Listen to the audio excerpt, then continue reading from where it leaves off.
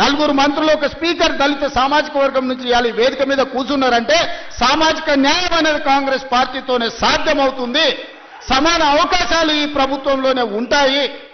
60,000 ఉద్యోగాలు ఇచ్చింది మన పార్టీ, మన ప్రభుత్వం సంవత్సరం తిరిగే లోపల. నేను ఛాలెంజ్ చేస్తున్న భారతదేశంలో స్వతంత్రం వచ్చినప్పటి నుంచి ఏ రాష్ట్ర ప్రభుత్వమైనా ఉమ్మడి రాష్ట్రంలో కూడా ఆనాడు ఆంధ్రప్రదేశ్లో కూడా ఒక్క సంవత్సరంలో 60,000 ఉద్యోగాలు ఇచ్చిన చరిత్ర లేదు. మన ప్రభుత్వం 60,000 ఉద్యోగాలు ఇవాళ ఇచ్చింది. శాఖల వారిగా నేను లెక్క చెప్తా. ఒకప్పుడు ఉద్యోగాల కోసం తెలంగాణ ఉద్యమమే వచ్చింది. ఒకప్పుడు నోటిఫికేషన్ల కోసం లక్షలాది మంది విద్యార్థులు రోడ్ల మీదకి వచ్చారు. కానీ మన ప్రభుత్వం వచ్చిన తర్వాత అన్నా నోటిఫికేషన్లు ఎక్కువైతే కొంచెం ఆలస్యం అన్నీ చదువుకోవాలంటే కష్టమవుతుందా అశోక్ నగర్లో ధర్నాలు చేశారు. ఆనాటికి ఈనాటికి ఉన్న తేడాను మీరు గమనించండి. ఆ పిల్లల భవిష్యత్తు కోసమే ఈ ప్రభుత్వం ఉంది. మీరే ఈ దేశ ఈ రాష్ట్ర భవిష్యత్తు మీకోసమే ఈ ప్రభుత్వం పనిచేస్తుంది.